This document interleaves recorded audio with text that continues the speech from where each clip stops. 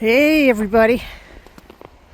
So, don't know if you heard about the little snowstorm we're having here in Reno, Nevada, northern Nevada, Sierras, all that good stuff.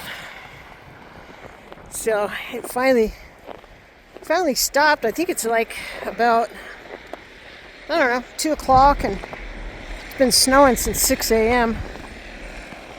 But yeah, I thought I'd show you around. It's still snowing over there. The far there is mountains over there, the backside of the Sierras, and as you can see, it's still snowing pretty good over there. But I'll do another update. But man, it's crazy snow. And you can hear, boy, that truck driving even. It's pretty slushy. Yeah, I guess there was some accidents on I-80.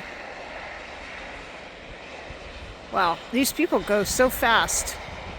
You know, if you're driving in this condition, you guys all need to slow down. I mean, seriously, for your own safety. It's just crazy. But anyway, I just thought I'd show you a little bit of the craziness. I think it's about 6 inches, so from 6 to 2 so far. 6 inches.